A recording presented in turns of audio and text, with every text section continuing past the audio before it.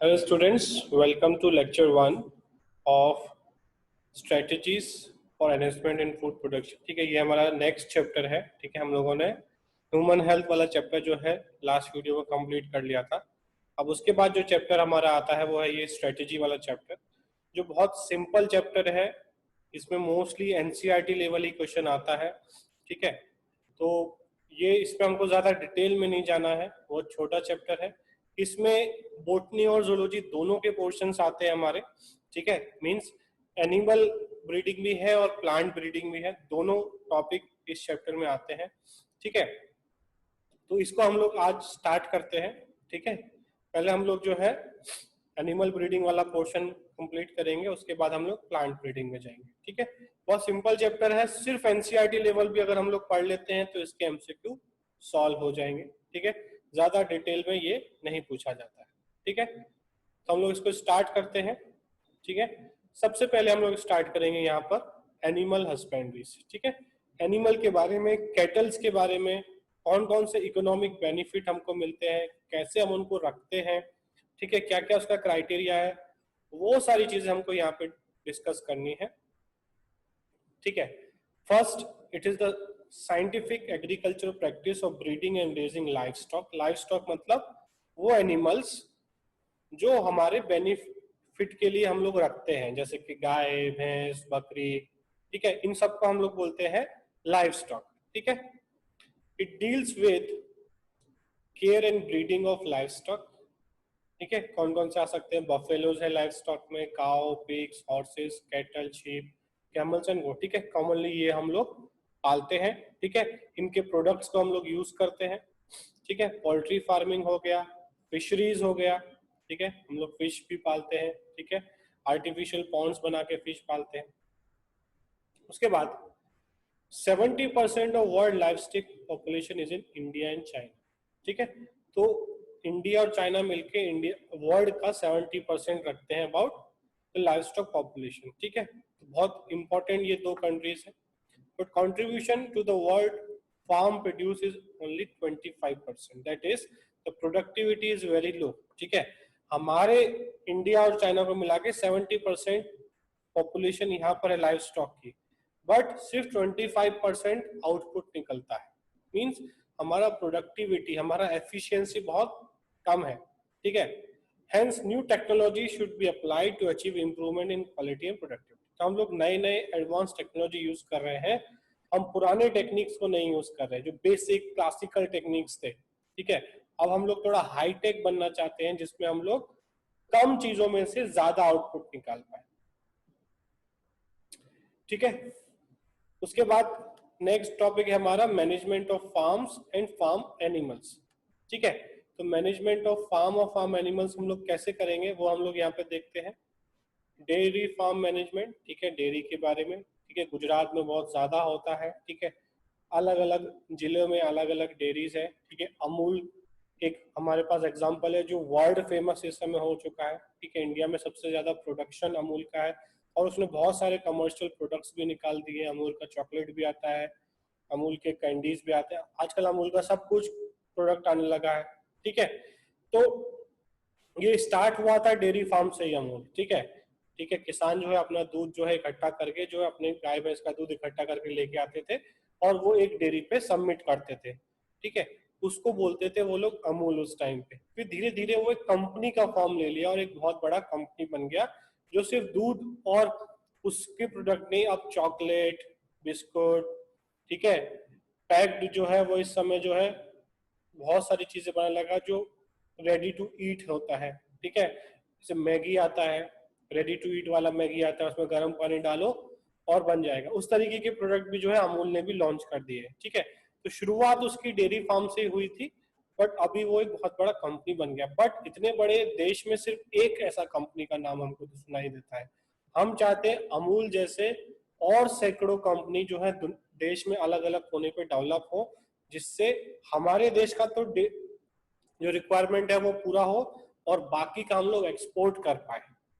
ठीक है, milk yield depends on the quality of breeds in the farm. ठीक है, मिल्क यील्ड जो है वो कौन सा गाय, कौन सा भैंस हम पाल रहे हैं उसके ऊपर है।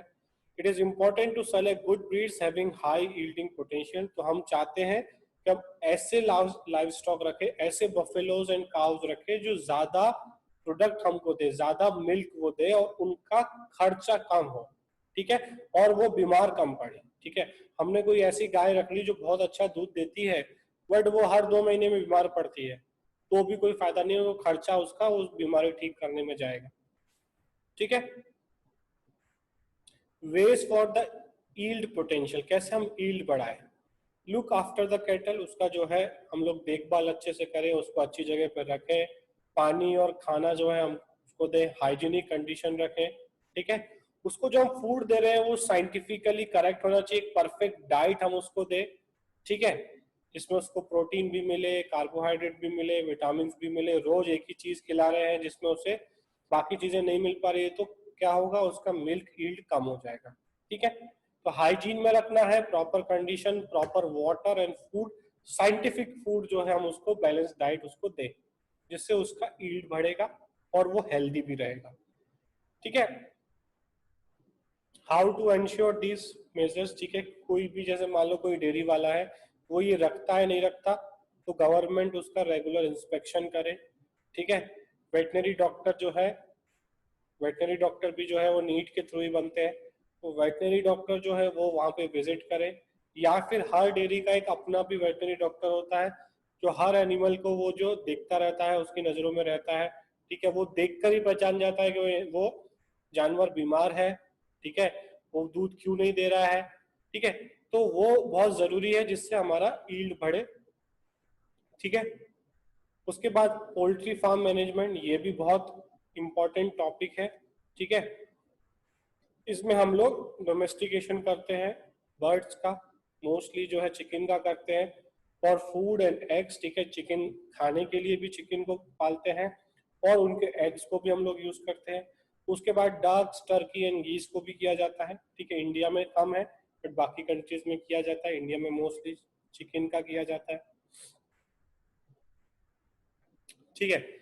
उसके बाद कंपोनेंट्स क्या है पोल्ट्री फार्म मैनेजमेंट के, selection of disease free and suitable breeds, ठीक है। तो हमको पहले गवर्नमेंट डिसाइड करती है कि कौन सी ब्रीड्स, एक फार्मर है जो चाहता है कि मैं अपना पोल्ट्री फार्म खोलूं, या फिर कोई भी चाहता, मैं चाहता हूं कि मैं, मेरे पास लैंड है, मेरे पास बहुत बड़ा एरिया है, मैं उसमें पोल्ट्री फार्म खोलूं, तो मैं गवर्नमेंट में अप्लाई करूंगा, गवर्नमेंट का स्कीम मुझे पता चलेगा कि भाई इतना पैसा जो है गवर्नमेंट दे रही है, ठीक है, उसमें आपको पोल्ट्री फार्म खोलना है। हो सकता है स्टार्टिंग में कुछ जो है चिकन, कुछ हैंस वो हमको दे, ठीक है, तो वो हमको रखना है और उसको ब्रीड करा के हम अपना फार्म बड़ा कर सकते हैं।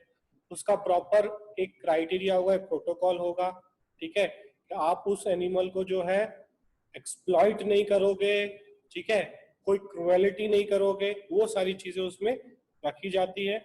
जब आपको लाइसेंस मिल जाएगा तो आप अपना पोल्ट्री फार्म खोल सकते हो और उसके प्रोडक्ट्स को बेच सकते हो, ठीक है।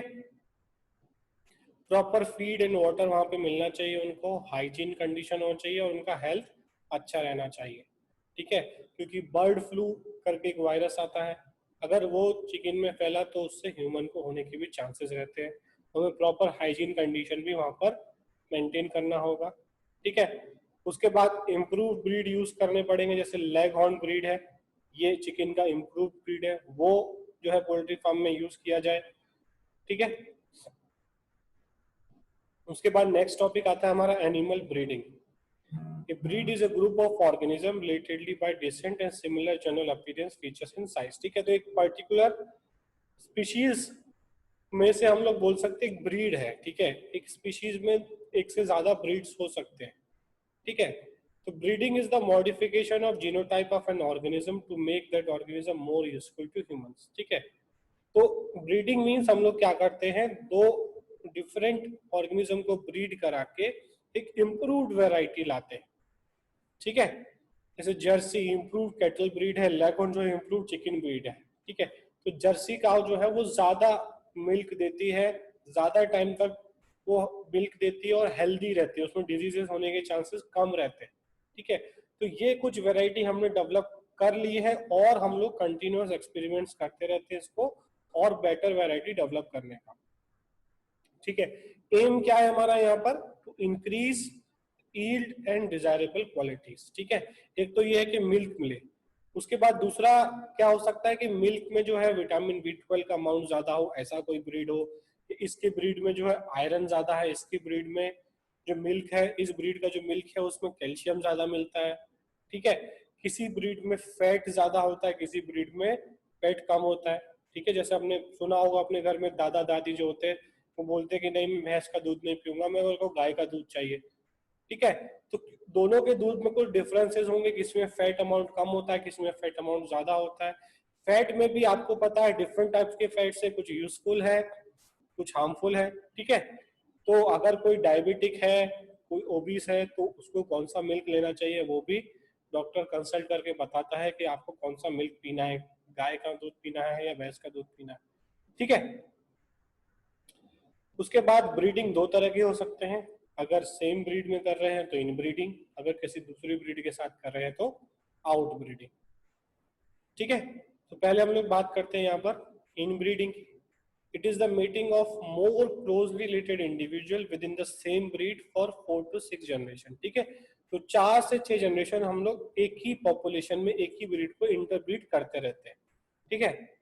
The breeding strategy identified and made superior mails and females of same breed, ठीक है। एक ब्रीड है, मान लो 100 गाय भैंस है, हम देखेंगे कि उनमें से जो मेल गाय है वो कौन कौन सा फिजिकली हमको साइज में बड़ा है, स्ट्रॉन्ग लगता है, हेल्दी लगता है, जो सुपीरियर मेल होगा, ठीक है, और सुपीरियर फीमेल जो होगी जो फिजिकली और हेल्दीली जो हेल्दी होगा, ठीक है, जिसमें कैरेक्टर्स सुपीरियर होंगे बाकी के कंपैरिजन में, उसको हम लोग सेलेक्ट करेंगे, ठीक है। evaluate the progeny obtained and identify superior male and females among them for further mating, ठीक है। तो अब क्या होगा, मान लो उनके 4 बच्चे होते हैं तो उन 4 बच्चों में आइडेंटिफाई करेंगे कौन सुपीरियर है, कौन बेटर, जिसमें बेटर क्वालिटीज है, उसका फिजिक किसका बेटर है, ठीक है। तो उसको सेलेक्ट करके फर्दर मेटिंग कराएंगे, ठीक है। तो इसको हम बोल सकते हैं inbreeding. In cattle A superior female cow buffalo produce more milk पर लैक्टेशन, ठीक है। तो एक बार में वो ज्यादा मिल्क प्रोड्यूस करेगा एज कंपेयर टू अदर, ठीक है। तो जो सुपीरियर फीमेल है, सुपीरियर किस के अकॉर्डिंग हम बोल रहे हैं कि वो मिल्क जो है वो पर टाइम, ठीक है, मीन दिन में अगर 2 बार उससे मिल्क निकालते हैं तो वो 8 लीटर 10 लीटर मिल्क देती है। जो सुपीरियर नहीं है वो 4 लीटर 5 लीटर, ठीक है। तो अमाउंट ऑफ मिल्क के बेसिस पे सुपीरियरिटी यहाँ पर देख रहे हैं। तो जो सुपीरियर मेल है वो गिव राइज देता है सुपीरियर प्रोजेनी से, ठीक है। तो सुपीरियर मेल जो है अगर वो किसी काउ के साथ मेट करता है तो जो बच्चे होंगे वो सुपीरियर क्वालिटी के होंगे, ठीक है। एडवांटेजेस ऑफ इनब्रीडिंग क्या क्या है, it increases homozygosity to evolve pure line variety, ठीक है। अब इसकी वजह से क्या होता है, होमोजाइगस कंडीशन होना स्टार्ट हो जाती है और प्योर लाइन बनने लगती है, मींस हाइब्रिड नहीं होगी, हाइब्रिड का अपोजिट, ठीक है। हाइब्रिड का अपोजिट होगा मींस प्योर कैरेक्टर्स आने लगेंगे। बट इससे क्या होता है, याद रखना, कभी भी इनब्रीडिंग हो रहा है तो एक इनब्रीडिंग डिप्रेशन नाम की चीज होती है, मींस जो हार्मफुल जीन्स है, ठीक है, वो एक्टिवेट हो जाती है और उनमें कोई रेसेसिव डिजीज जो है वो स्टार्ट हो सकती है।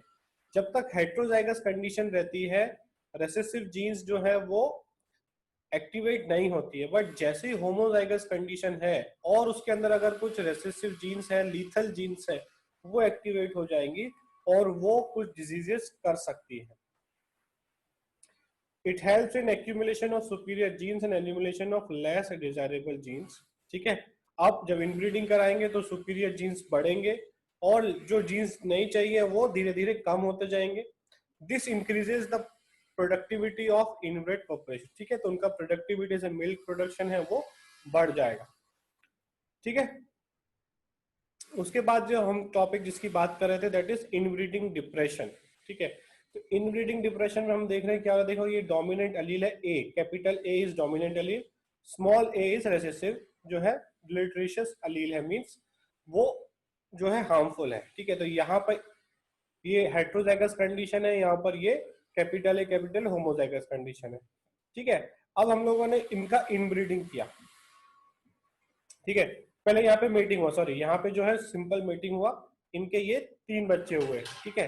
एक में जो है हमारा डबल ए जो आया, उसके बाद ये हेट्रोजाइगस कंडीशन आया जिसमें कैपिटल ए स्मॉल ए आया, ठीक है।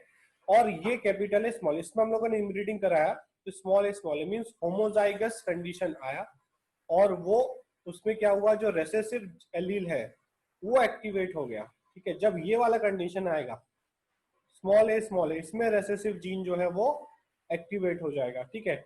और ये जो रेसेसिव जीन है ये हार्मफुल डिजीजेस स्टार्ट कर देगा उस पर्सन में, ठीक है। It is a depression of fertility and productivity due to continued inbreeding, ठीक है, स्पेशली क्लोज इनब्रीडिंग, ठीक है। तो ये इनब्रीडिंग का जो है नेगेटिव इफेक्ट है, इनब्रीडिंग का जो है वो हार्मफुल इफेक्ट है। अब इसको कैसे सॉल्व करें?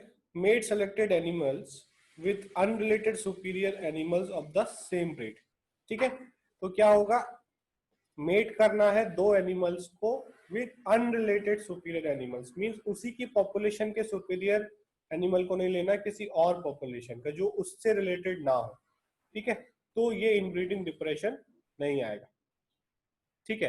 तो ये हमारा यहाँ पर इनब्रीडिंग वाला टॉपिक यहाँ पे कंप्लीट हो गया हमारा, ठीक है। अब हम लोग आगे के लेक्चर्स में क्या करेंगे, आउटब्रीडिंग के बारे में पढ़ेंगे, ठीक है। तो इसको हम लोग यहाँ पे खत्म करते हैं, फिर हम लोग नेक्स्ट लेक्चर में आउटब्रीडिंग स्टार्ट करेंगे, ठीक है। तो ये आप एनसीईआरटी से भी पढ़ लो और इसके नोट्स तैयार कर लो।